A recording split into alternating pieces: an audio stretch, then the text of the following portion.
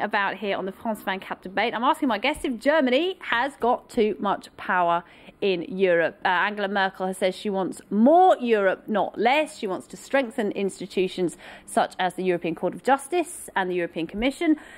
But some are wondering if the power and the decision-making is coming not from Brussels at all, but from Berlin. Let me remind you of my guest tonight. Anne-Marie Le Gouarnec is a Germany expert at the Seri Institute. Dr. Norbert Wagner is the director of the Konrad Adenauer Foundation here in Paris. Richard Jung is a socialist senator and a member of the France-Germany group. And Yves Bertoncini is Secretary General of the think tank Notre Europe, or Our Europe. Thanks again to you all for being with us. We were just talking about the UK, weren't we, before the break? You said you were there, a lot of anti-Europe feeling. We're looking at a two-speed Europe. Is that surprising, though, when you've got France and Germany telling Europe telling the UK they need to implement this Tobin tax, this tax on financial transactions, which will hit the City of London harder than anyone else? Well, that's the choice for the UK. Either they're in or they're out. But basically, they want the advantages of the common market, of the single market, and nothing else. But that is not the purpose of Europe. Europe is to integrate countries. And we mention all the time Germany, but we forget to mention, for instance, that Mr. Schäuble, the Minister of Finance, has just issued a very strong position saying that he was in favor of further economic federalism, further budgetary integration in Europe. And I must say, I support this. I think that the way out of the current crisis is towards more Europe, more budgetary integration, and more working together. Probably and less sovereignty for member states. Of course. Is that the way forward? And probably we have to do it with 5 or 6 countries and not 27 countries. Okay, so the two-speed Europe, we'll talk about that in a moment. But Yves, if you would like to come in there. Yeah, shared sovereignty. You know, there is a crisis of the sovereign debt. The crisis is a crisis of sovereignty, in fact, because the countries are not sovereign any longer. When, like Italy, they have to have so much expensive money coming from abroad. So you can have a kind of shared sovereignty. But with sovereignty, you have the need to have some more legitimacy.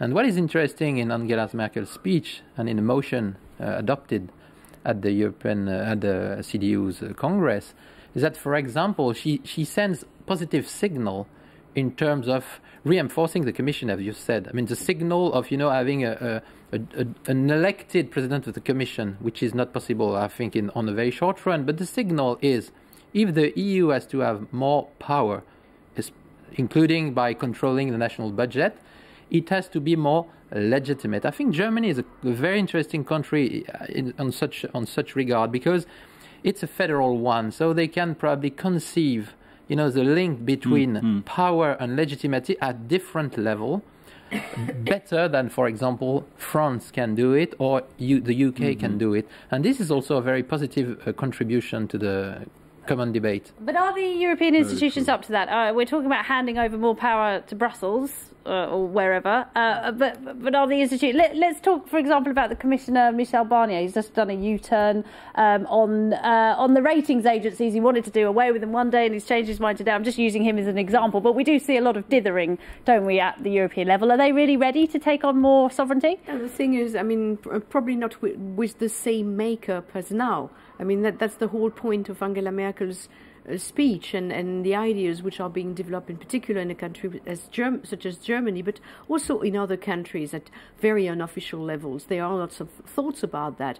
But we are talking about different kinds of institutions, and also linking much more so than previously the European Parliament, but also the national parliaments to have more input. By the way, I would not put, probably, if we are talking naming names, I wouldn't put probably in the same place or name in the same breath the President of the Commission, Mr. Barroso, and Herman van Rompuy, the President of the Council, who are, as the English gentleman was doing. I mean, they are doing differently. They do very different jobs, but they're both unelected politicians, aren't they? Yes. Telling Europe how to run their economies. I mean, they are, well, they do what they can, but Van Rompuy has been fairly efficient so far, I mean, in trying to do his job. So you think Barroso's been inefficient? I don't know what. Well, I wouldn't say so, but in any case, I'm talking about a different makeup. Weak, exactly. Do you think Barroso should go? Europe would be better off without Barroso, who has been around for a while, hasn't he? He has been around for a while. We're talking about a different makeup of all institutions. It's a kind of blueprint that Mr. Merkel was offering, and I think there is here a framework to start working on. But my concern again is there is a time difference between what is currently going on and this terrible crisis we are in, and these this evolution, this building this federal Europe, which can't take place right now, which is not the answer today or to tomorrow's problem, the problems that we are having right now. I mean, this is for the next battle. I think it's fair to say Angela Merkel has been leading all the initiatives on that, hasn't she? With the European Stability Fund, with the bailouts for individual countries, she has been at the forefront of those negotiations. She has been at the forefront together with others. She's not sharing the power. Okay. I would say Mr. Sarkozy. I would say the ECB. The ECB has been tremendously good this summer. Let me pick you all up on that then.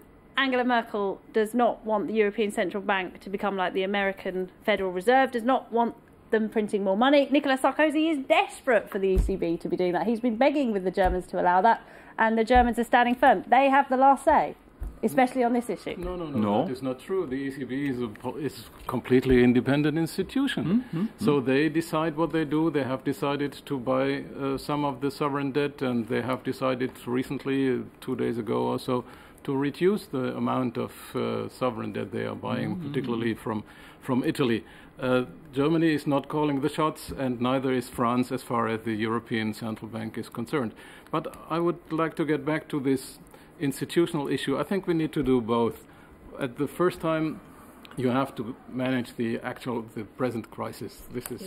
And there have been many initiatives taken by the President and by the Chancellor and by many others. I'm sorry, but I have to pick you up on that. When we've seen all the summits over the last, how many summits have we had? 14 summits, and it's always Nicolas Sarkozy and it's always Angela Merkel. I don't see Herman Van Rompuy coming up with initiatives. I don't see Jean-Claude Trichet or Mario Draghi, as it is now, coming up with initiatives. We've seen. He's a quiet man. It's the media. It's because you don't see the media. Yeah, no, I mean you have op-eds with the couple, because it's much smarter to have an op-ed about the couple. That's it. But I mean, it's a very diffuse kind of power that you have in Europe. But who were the ones that told the banks they had to take a haircut? Who were the ones? You know, it's all coming from France and Germany. You mentioned the European Central Bank. Yeah, precisely.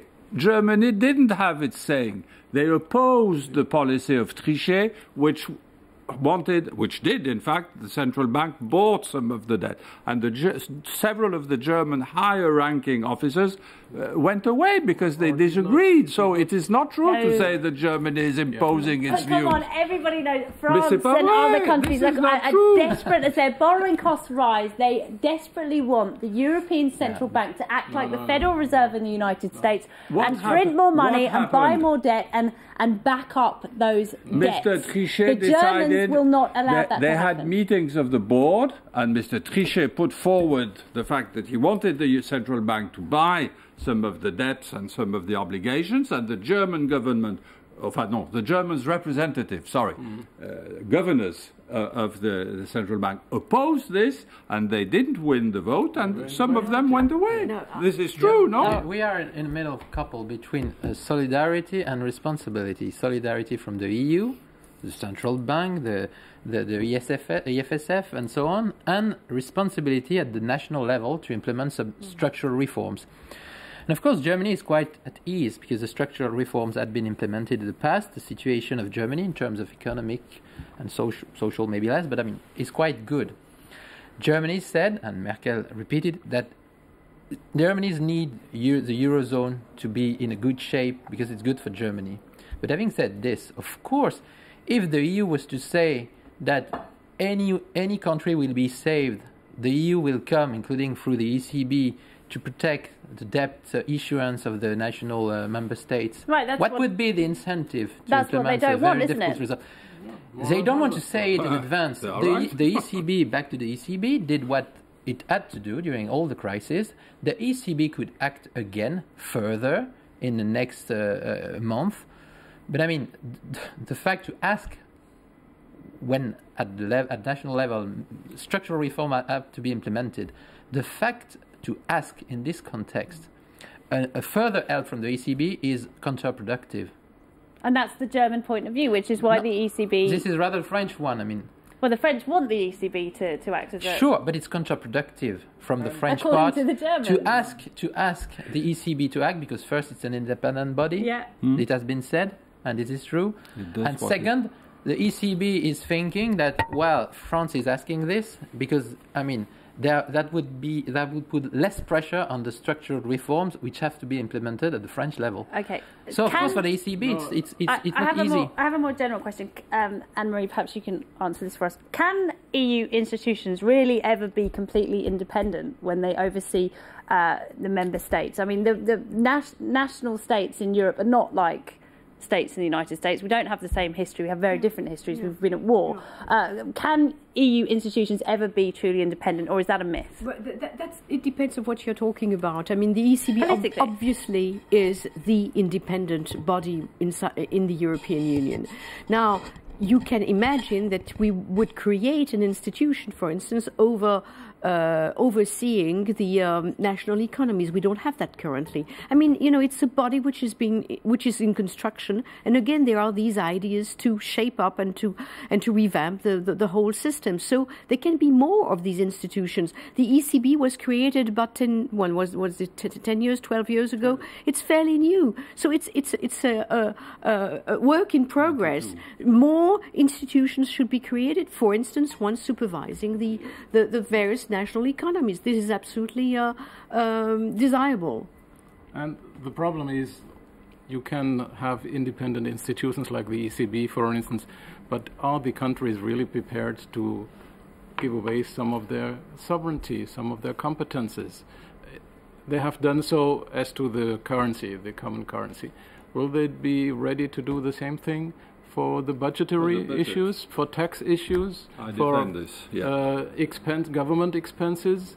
This will be the next question. And if we don't solve this question, we will not have a stable situation within the European Union. But I think if we want solidarity, that is, some countries pay for the others, it means we have to have a word and a say on the budget they have, and we have. There is no other way, otherwise it will stop. Let me come back on one point you mentioned. You say Barroso, he is weak and so on. But Barroso, he is there because the countries want him to be there. I didn't say Barroso was weak, that was No, but you said he is there because he is the man that the countries, our statesmen want. They want a weak commission. They want the power to be in the Council of Ministers. This is my point exactly. They want the power to be in the Council of Ministers. I support another view that the Commission is the garant of European interest and should be strong, powerful and elected. That's what I defend. I think you're right to say that it's a very serious issue. The one to say, should the EU control the national budget? This is a very serious one, including in terms of legitimacy. But it's important to precise that in reality the EU should control more the national budget if it's going beyond some limits of deficit, meaning 3% deficit. And these limits have to be respected, not only because the EU wants it to be respected. I think it's good for the future generations. So what do you do if a country violates the rules? So no, but let me say that provided a country, take Finland, for example, a country like Finland, as long as Finland have quite a stable budget, AAA rating, no fear of losing it for the time being, no particular deficit, Finland's sovereignty is not at all under the EU control. I mean, the EU control can only be implemented. It has already been. The True Finns party might argue with that. It's not about. I mean, the sovereignty is lost not regarding the EU, regarding the dependency from the financial markets. This but is they're the loss being of asked sovereignty. to contribute towards but the what I bailout mean is for that Greece. no. Let's pay attention. I mean, if a country presents a budget with 2% deficit, The content of the budget will remain totally free, totally free. France's sovereignty is total. I mean, we can decide to have a very, very huge budget like in Sweden, or a more limited one like in Slovakia. Within the same budget, you can decide to put 50% on education or 12%, and the EU will never intervene in this. The EU could intervene even more if the thresholds of 3% GDP of deficit were to be met. This is the limitation of sovereignty. This is not a complete loss of sovereignty. Mm-hmm. You see that you can see that we need stronger institutions on the European level, and this is what Mrs. Merkel wants to propose, because we had this situation already in 2003 when France and Germany at the same time did not respect the 3% hurdle, and they got a bailout. They were not punished for that by the Council, but they were just let go away unpunished and without consequences. They got the vote. And this can, of course, not happen after we've seen now in this crisis to develop. This is why Mrs. Merkel and I'm sure also the President Sarkozy wants to have stronger institutions who really can then force countries to respect the rules they have in the first place. And just if I could pick up, someone could ask me, how would they be punished if they breached the rules? At the time, it would have been a financial punishment. There can be different others, or there can be. So a country in a lot of debt would be given more debt. No, would not be given more debt, but would be taken away some of the sovereignty to decide on its budget, to lower and be forced to reduce expenses. They would have a fine, or they could be punished by the right of vote, suspended for some of the votes. All this is. Okay. We are ready to do this, huh? Yeah. All right. And this, very, very quickly, 10 seconds. This is normal because, after all, I mean, there should be a solidarity. There is solidarity in the European Union at very many levels. And the Germans aren't running things. No, it's about sharing. You forget behind the Germans and the French, the Dutch, right. the Finns, and all the other smaller countries who play all right, an thank you very important much indeed to all my guests for joining us tonight. Thanks to you for watching. That's it for tonight's debate. We'll be back with another one at the same time tomorrow. This is France 24.